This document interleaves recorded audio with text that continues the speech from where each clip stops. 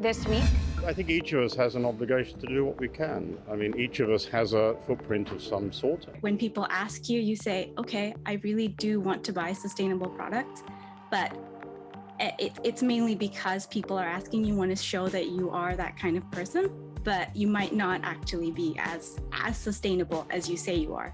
power to the people. From recycling to staying off planes, we get to the heart of green consumerism and how important it is for the planet.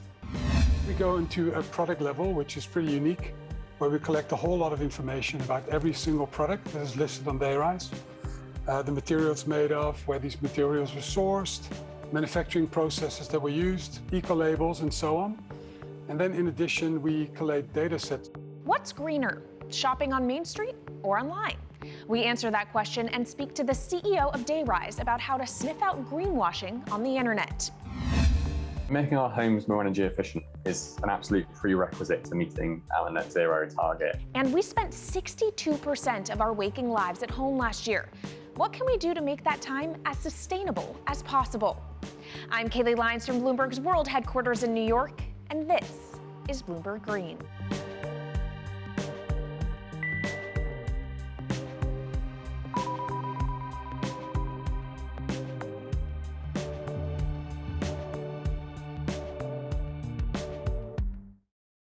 Over the last few years, climate change has moved from being a periphery concern to something that can't be ignored. From floods to wildfires and droughts, its effects have struck many of us in our homes and in our pockets. So in this edition of Bloomberg Green, we lift the lid on the impact that climate has had on our behavior as individuals and society. We'll touch on how shopping habits have evolved in recent years and whether the shift to online shopping is a good thing or a bad thing. And we'll also delve into one of the most important and impactful parts of our lives on this planet, our homes. First, though, let's talk about climate consciousness. In last year's U.S. election, 42% of voters said climate change was a very important issue. In Germany's election last month, it was the single largest concern for voters, more so than COVID-19 or immigration. And with that rise in awareness comes the rise of the green consumer. That's the person who checks labels, recycles religiously, and rides a bike to work. So we sent our green reporter, Damien Shepherd, out onto the streets of London to ask people what they do to fight climate change. I'm Damien Shepherd, a climate reporter at Bloomberg News. I've come down to the River Thames to see how climate conscious the people of London really are. I try to be, but sometimes it's difficult. I'd say so, yeah, definitely. I think I'm climate conscious, but I don't think I make all the climate conscious daily decisions. Like, I could do more zero waste options. Climate change is an issue, and I know that we're hurtling towards kind of a big climate disaster. I recycle as much as I can. It's hard to recycle very effectively in London. I also become very conscious recently of food waste. So trying to do as much as we can about reducing that. The downside is that I fly a lot, so I also try and offset as much as I can on the ticket price in that. I cycle everywhere. I very rarely use buses or taxis or cars. The thing that I've been doing since I was about 15, I stopped eating meat. Try to recycle, travel by public transport, use things like a reusable coffee cup and carry a water bottle. It does make you feel quite small, a bit of an ant in the world. I think sometimes I really struggle to feel like the decisions I make are impactful. Not everyone can be on the global stage, but if we can be local advocates in our own lives, then maybe we can make a small difference. I think it all adds up over time, so I think doing the small things is great and doing the big things is better. I think each of us has an obligation to do what we can. I mean, each of us has a footprint of some sort, and we all need to do what we can. So, an array of answers from the people of London, but the question on everyone's lips is, how significant are the things I do in my day-to-day life, and what more can the world do to make it more green? Damien Shepherd, Bloomberg News. Damien Shepherd there with a slice of how Londoners are responding to the climate crisis. But sometimes people find it difficult to follow through on their ideals. One survey showed that while 65% of people say they want to buy brands that advocate sustainability, only about 26% actually do. Rashad Habib, assistant professor of marketing at the Ted Rogers School of Management at Ryerson University, calls this the intention-action gap and has identified 5 key psychological routes to changing consumer behavior. She joins me now. So, Rashad, let's first explain where that gap comes from. Why do people mean to consume sustainably but not actually do it? Well, there's a variety of factors that lead to this gap. One of them is that even though you might want to buy sustainable, you might not know what the most sustainable product is. You might not be aware of what it is. There are factors when you go shopping, such as like price or just what catches your attention or what catches your eye, that leads you to just purchase the product on the spot. You're not thinking that much about your decision. And then sometimes there's also a bit of a social desirability bias, where when people ask you, you say, okay, I really do want to buy sustainable products, but it's mainly because people are asking, you want to show that you are that kind of person, but you might not actually be as sustainable as you say you are. Does that change depending on what kind of product you are buying? If something maybe is indicated to be more dirty or less clean than another product?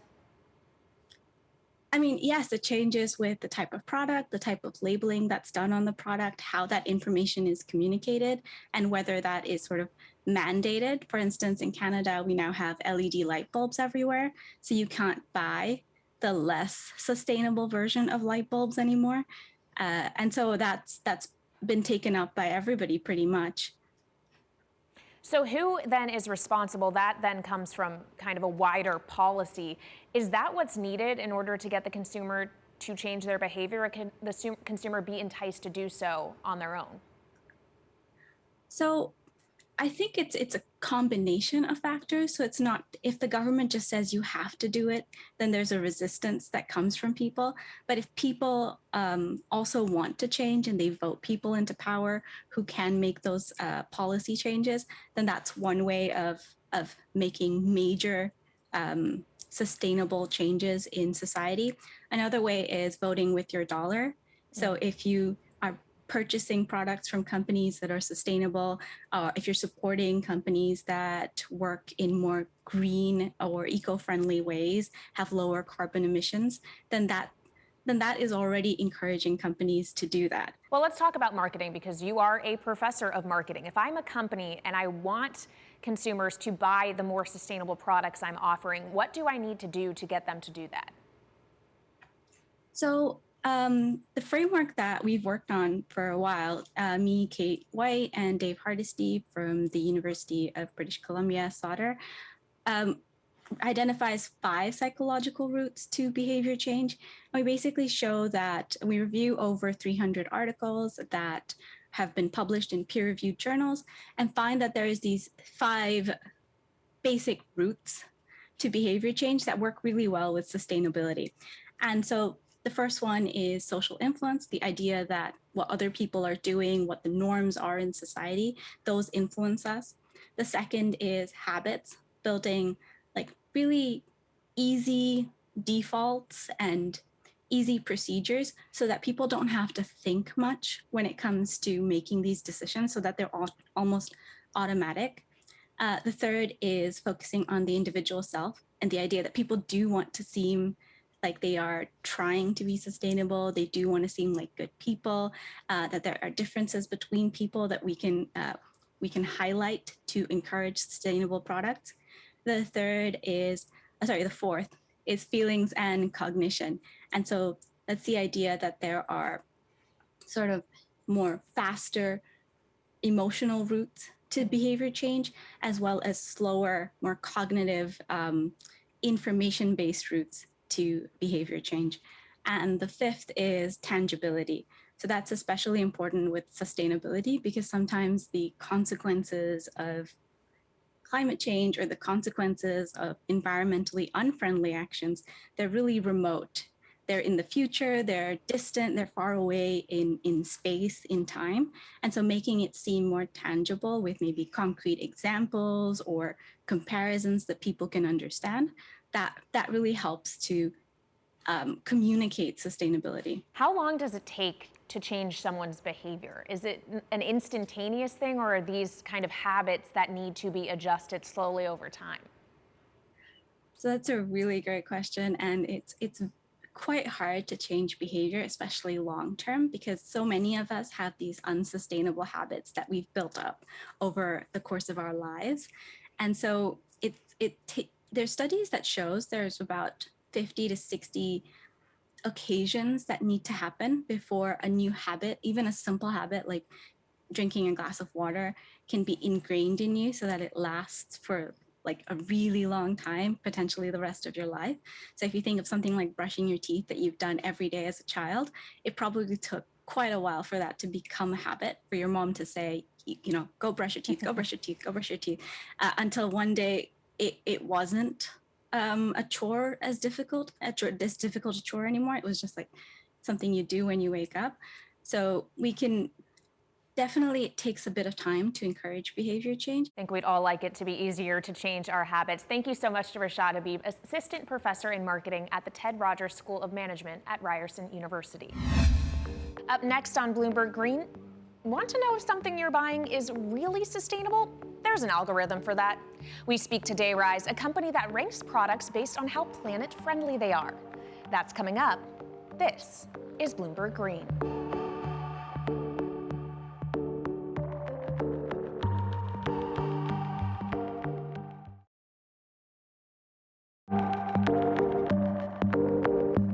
From Bloomberg's world headquarters in New York, I'm Kaylee Lyons, and this is Bloomberg Green.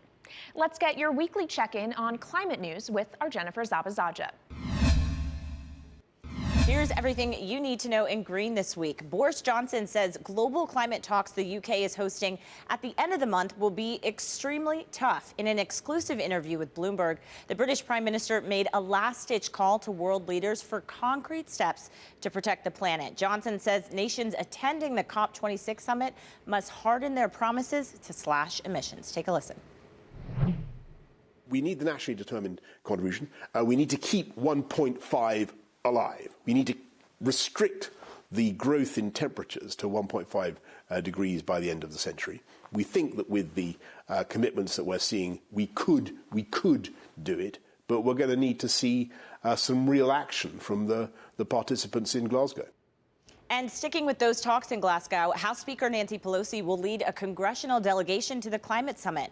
Pelosi's attendance comes as Democrats have struggled to agree on legislation needed to meet President Biden's pledge of reducing U.S. greenhouse gas emissions by 50% from 2005 levels by the end of the decade. The U.S. government is expected to have a large and significant contingent at the summit, including President Biden, Energy Secretary Jennifer Granholm, and Transportation Secretary Pete Buttigieg, also Treasury Secretary Janet Yellen. And finally, the Ford Foundation, one of the largest private family foundations in the world, will cease to invest in fossil fuel companies. The $16 billion philanthropic organization says it's looking for opportunities in renewable energy and funds that support the transition to a green economy. Foundations and university endowments are increasingly vowing to make zero investment in fossil fuel companies, often at the request of activists. I'm Jennifer Zabazaja in New York, and that's your Green Brief. Kaylee? Now let's focus in on how we shop. Ethical, sustainable, and climate-friendly fashion is becoming more and more common in the retail space. But it's not always easy figuring out if something really is green. So Dutch marketplace Dayrize has created a system that tells whether something is actually sustainable or just greenwashing. I caught up with Vincent Hodgson, the CEO of Dayrize, and started by asking him how his sustainability scoring metrics actually work. We're a marketplace for sustainable products, bringing together sustainable brands and consumers looking to make more conscious purchasing decisions. And the way we go about is that we select brands or partners, as we call them, based upon a list of criteria like no child labor, no forced labor, no animal testing, no microplastics, and so on. And then we go into a product level, which is pretty unique, where we collect a whole lot of information about every single product that is listed on Dayrize, the materials made of, where these materials were sourced, manufacturing processes that were used, eco-labels, and so on. And then in addition, we collate data sets such as eco-label databases, life cycle inventory data, and a bit of geospatial data so we can see how far a product and its components has traveled, all to get a bigger picture of the impact of an individual product. We then analyze the information against a range of data sets from different international organizations such as UNICEF, the World Resources Institute, etc. And then we calculate how a product is performing against different dimensions of sustainability to get to a Dayrize score. So how high is that bar? Is it possible to get a 100% perfect score? In a perfect world, yes. I think the Dayrize score is a measure of how closely a product adheres to what our definition of a perfectly sustainable product is. And I mean, a truly sustainable product is one that fulfills a meaningful purpose, is designed in a circular manner, is non-hazardous. It must be responsibly sourced, it must be fully recyclable, and it needs to be low impact or regenerative across a range of impact indicators. So it's pretty hefty to have a perfect sustainable product, but this is how we measure it in a score between 0 and 100. So what would be considered then a good score in your view? Where on that scale? Anywhere between 20 and 100, obviously. So products scoring below 20 are not considered to be sustainable enough to list on our curated platform. And our current range is between, I think the lowest scoring products is 34 and the highest sits at 85. All right, so let's talk about how this translates then into consumer behavior. A consumer using your platform, and I understand your platform is relatively new, you just launched in July, but what have you seen in terms of their product selection and how that relates to the sustainability scores? Well, first off, for the consumer, there's a clear intent to consume more responsibly. We've done market research, and there's a clear intent and a clear need to find an easier way to consume more responsibly, but the action is lacking because it's simply too hard and too difficult to understand what is and what is not sustainable.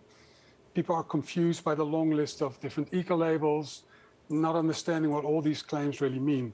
And Dayrize is really here to help navigate them through that clutter and help them understand how sustainable products truly are and allow them to compare between products with the Dayrize score, which is pretty unique. Here at Bloomberg, we talk a lot about ESG and about the problem of greenwashing and kind of the opaqueness of a lot of the ESG market, how it's kind of hard to have reliable data in that regard. Where do you get your data come from when you are putting together these sustainability scores? Well, we first of all collect the data from our partners, so it's quite substantial data.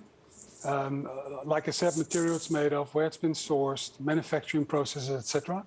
And then we actually compare that data together with the data sets that we use against the sources that I mentioned earlier, the public sources of well-known research organizations, EcoInvent, the World Resources Institute as mentioned. So that's how we compare those credentials against. That was Vincent Hodgen, the CEO of Dayrize. So let's stick with sustainable shopping and ask this question. What's better for the earth, online shopping or visiting a brick and mortar store? Sarah Rappaport investigated to try to find us some answers.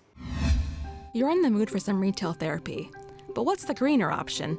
Ordering it to your door or driving to a retailer, having a browse and taking it home the same day? The answer is complicated. Timing plays a part. Rush shipments use more energy by transporting products by air.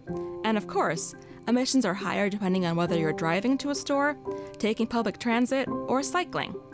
A study by MIT suggested that online shopping tends to generate fewer emissions thanks to efficient supply chains and the cost of heating big box stores. However, in practice, that's offset by factors like returns and multiple delivery attempts. So there's no clear-cut answer on what's best for the planet. The pandemic-driven shopping spree is having another consequence. Emissions from shipping are on the rise. Bored at home, consumers ordered everything from washing machines to Pelotons, fueling a global trade in goods and boosting demand for ships to deliver them. With so many orders on the books, the container fleet is speeding up at sea, burning more fuel. Each year, the sector emits more than 940 million tons of CO2 and is responsible for over 2.5% of all global greenhouse gas emissions. And a lot of these ships, they're idling at places like the Port of Los Angeles. Whether you buy online or in a store, there's another rule to keep it green. Buy something you want to keep. The volume of clothes that Americans throw away has doubled over the past 2 decades. 17 million tons of textile waste ended up at landfills in 2018, this according to the EPA. Even the most sustainable purchases won't stay that way if they end up being quickly discarded. Coming up, homes emit around 20% of the world's carbon every year, and reducing that figure has been painfully slow. Next, we'll look at how consumers can climate-proof their homes and what they stand to gain. This is Bloomberg Green.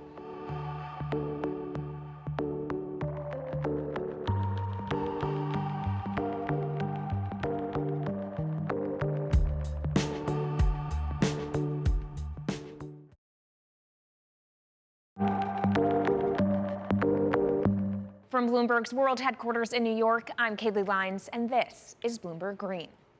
While every person consumes differently, there's one thing we all have in common: our homes. Heating houses is a cost we all have to face, but few homes are as climate smart as they need to be. In Britain, the problem is so bad that protesters have taken to the streets demanding government action.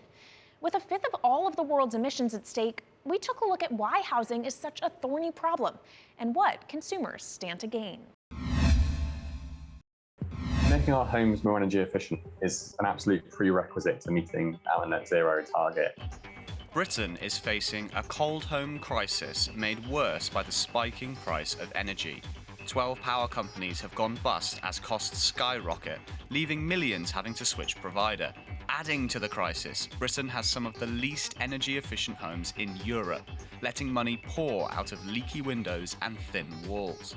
As some report their bills almost doubling, it's estimated that simple insulation could save consumers £7.5 billion.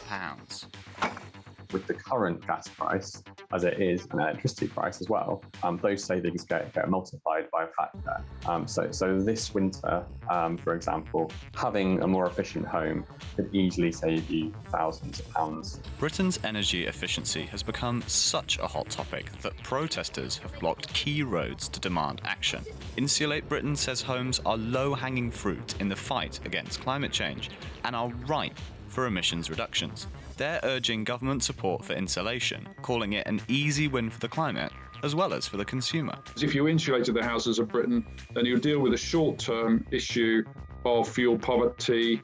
You create hundreds of thousands of proper jobs, by which I mean jobs that are skilled and properly trained up, comparatively well paid. But at the same time, you achieve a 15% reduction in CO2 output once you've done that. It is a thorny problem, but solutions are plentiful. Retrofits are possible and have been completed on millions of old houses. The gold standard for efficiency, Passive House, has been around since the 70s. But with the bill often topping £50,000, most simply can't afford the measures without government assistance. Though the cost is high, the benefits could be enormous. If their homes are better insulated through potentially a government grant, then they can afford to live in a warmer home and reduce their exposure to illnesses such as respiratory conditions and pulmonary heart conditions. Also has a big impact on someone's mental health, whether they live in a cold home or not, and on their social lives. So keeping insulated isn't just a financial thing, it's an excellent investment on someone's life as well. Our reporter Ryan Hesketh there, wrapping up this week's edition of Bloomberg Green. And you can keep the conversation around the green consumer going by following us on Twitter, Instagram, and YouTube. I'm Kaylee Lines from Bloomberg's world headquarters in New York, and this is Bloomberg Green.